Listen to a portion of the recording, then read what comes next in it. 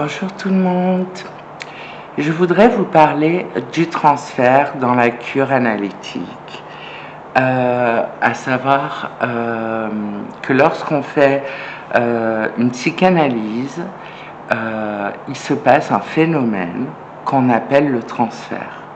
Alors le transfert peut avoir lieu très rapidement, comme il peut être plus long à venir. Ça dépend en fait. En général, quand c'est une première psychanalyse, si vous n'avez jamais vu ni de psychologue, ni de psychiatre, ni de psychanalyste avant, le transfert n'apparaît pas tout de suite parce qu'il y a un autre phénomène qu'on appelle un phénomène que vous allez très bien comprendre, qui est la résistance. La résistance psychique, c'est-à-dire que l'inconscient en fait, ne veut pas qu'on dévoile des choses qu'il a refoulées. Il ne veut pas. S'il les a refoulées, c'est qu'il y a une bonne raison. Et le transfert, ce phénomène, sert justement de fondation, de base, de socle à comment je vais vous expliquer en français, j'ai le mot anglais et le mot allemand, à la réminiscence, à faire passer des choses de l'inconscient à travers des signifiants. Les signifiants sont des mots que l'analysant, donc le patient, va choisir pour bien expliquer, par exemple, quelle est sa demande, pourquoi il vient, et qu'est-ce qui s'est passé, et ce qu'il a envie de dire en fait. Ce sont des associations d'idées.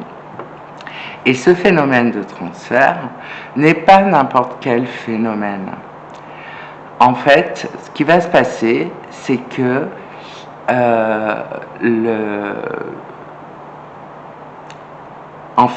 le patient va déplacer de l'amour, des sentiments, des affects, comme dirait Spinoza et Morgan, des affects qui se déplacent sur la personne de l'analyste. La personne de l'analyste n'est pas ciblée par le transfert. Mais, en fait, les imagos, je vais essayer de vous simplifier les trucs. En fait, l'image maternelle, l'image paternelle peuvent se greffer, se déplacer sur la personne de l'analyste, qu'il soit homme ou femme. Hein. On ne va pas voir une femme parce qu'on veut déplacer l'imago maternel. Non. Une femme, on peut déplacer l'imago paternel. Le transfert est un sable mouvant. Donc le transfert peut être très positif, c'est-à-dire qu'on va essayer de plaire, par exemple, à la psychanalyste. On va parler de l'imago maternel, donc on déplace sur l'analyste les sentiments que nous avions pour notre mère et on va essayer de lui plaire, lui dire vous êtes contente, voilà, est-ce que vous avez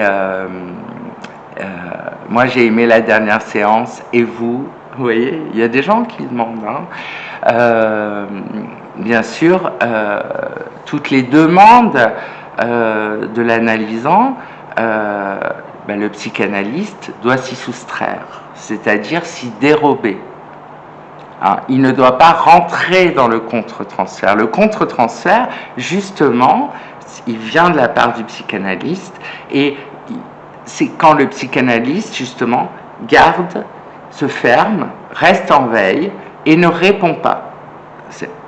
Par exemple, quand il sent qu'il y a un mouvement transférentiel,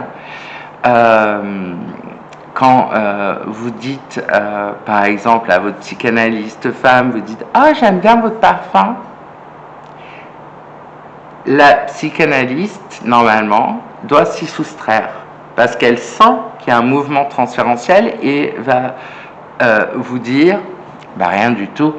Elle va s'y soustraire. Elle ne va provoquer aucune réponse à cela.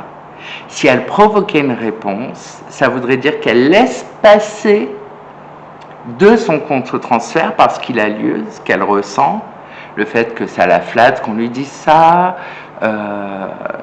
Bon.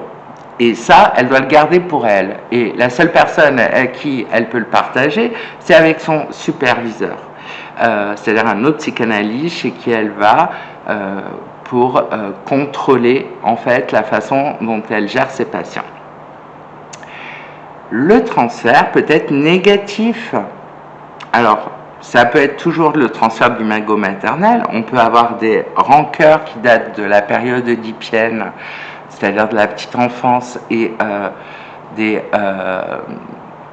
contrariétés, vous avez pu être en conflit avec votre maman à cette époque-là, et hop, vous le placez dans le transfert, et finalement la psychanalyste reçoit le transfert négatif, c'est-à-dire l'agressivité, la mauvaise humeur, par exemple. Je voulais vous dire au fait, le tableau au mur, il me plaît pas du tout. Eh bien, la psychanalyse sait que c'est un mouvement transférentiel, elle ne va pas y répondre. Elle va s'y dérober, vous voyez. Donc, nous avons le transfert positif, le transfert négatif, c'est-à-dire les transferts classiques. Nous avons également le transfert qu'on appelle kangourou.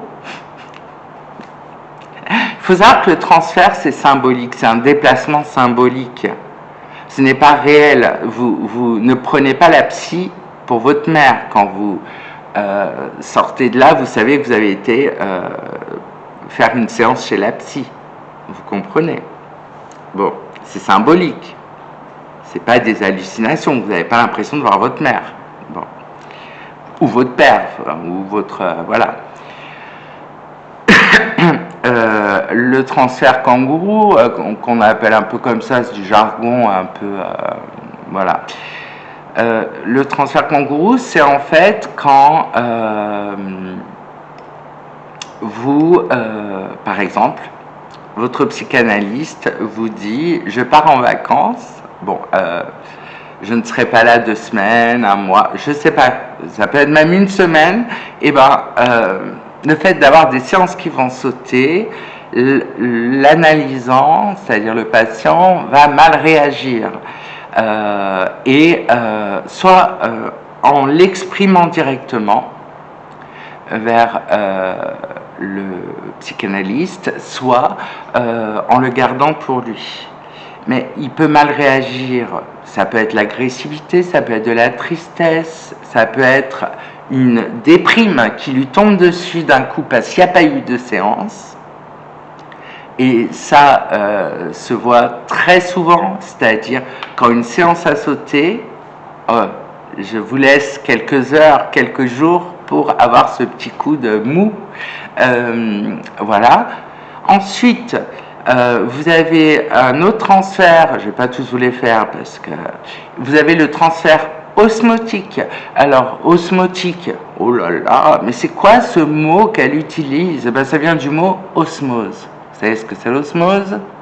Hein? Alors, je vais vous le dire en chimie, l'osmose, ce sont 2 forces qui font pression pour se combiner et ne former plus qu'une. Donc, le transfert osmotique, c'est quand le patient anime son transfert, ce mouvement vers le psychanalyste, et veut être à l'intérieur du psychanalyste. Alors, on n'est pas dans le réel, on est dans le symbolique. C'est-à-dire, par exemple, votre psychanalyste vous dit « je vais partir en vacances », ou je prends des vacances, ou je prends un congé, ou peu importe. en fait, le patient, l'analysant, va vouloir, je ne sais pas pourquoi je hurle alors que j'ai un micro, va vouloir partir en vacances avec sa psy. Vous comprenez? Va être curieux de savoir ce qu'elle fait quand c'est le week-end, quand ce qu'elle fait avec les autres patients. Ça c'est le transfert osmotique. Alors, est-ce que le transfert n'existe qu'en psychanalyse, c'est-à-dire qu'en cure analytique? Non.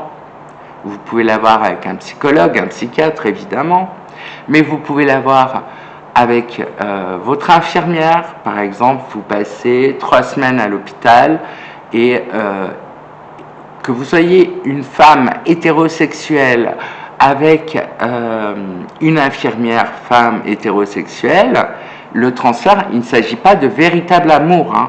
C'est symbolique. C'est-à-dire vous allez transférer les soins, vous allez symboliquement ressentir que les soins qu'elle vous apporte, eh ben, inconsciemment, vont vous rappeler, il y aura cette réminiscence des soins maternels.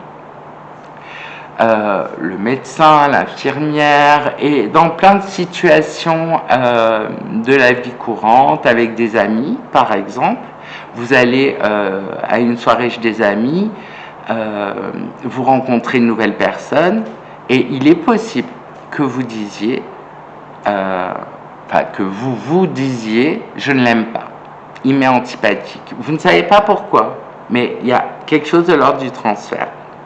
Mais le premier transfert qu'on connaît, qu'on a tous connu à l'enfance,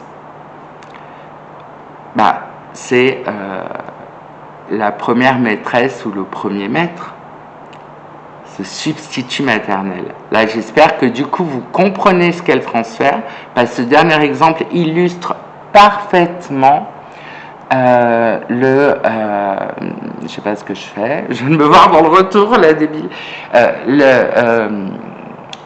C'était pas la débile. En fait, là, en faisant comme ça, je me suis mise dans une position, vous voyez, une position infantile.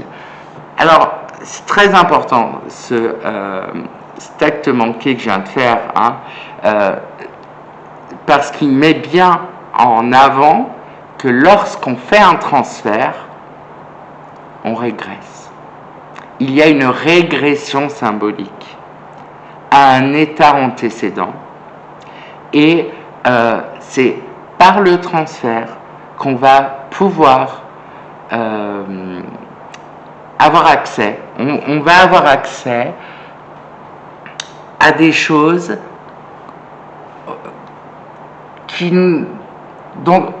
des choses desquelles on serait passé à côté toute notre vie.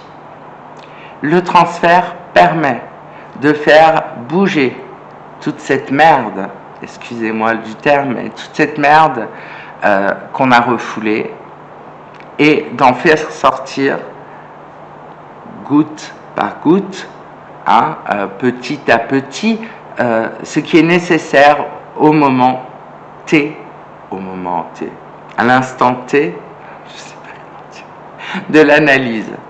Vous comprenez? Donc, c'est un outil majeur du psychanalyste. Quand le transfert démarre, il se dit c'est bon, on va pouvoir commencer à travailler. Voilà. Écoutez, j'espère que ça vous a éclairé. Je vous passe le bonjour. Je vous passe le relais. Je vous souhaite un bon dimanche. Voilà, c'est pas du tout passer le mot. Je vous souhaite un bon dimanche et je vous dis à la semaine prochaine pour une vidéo make-up jeudi et une vidéo psychanalyse dimanche. Je vous embrasse.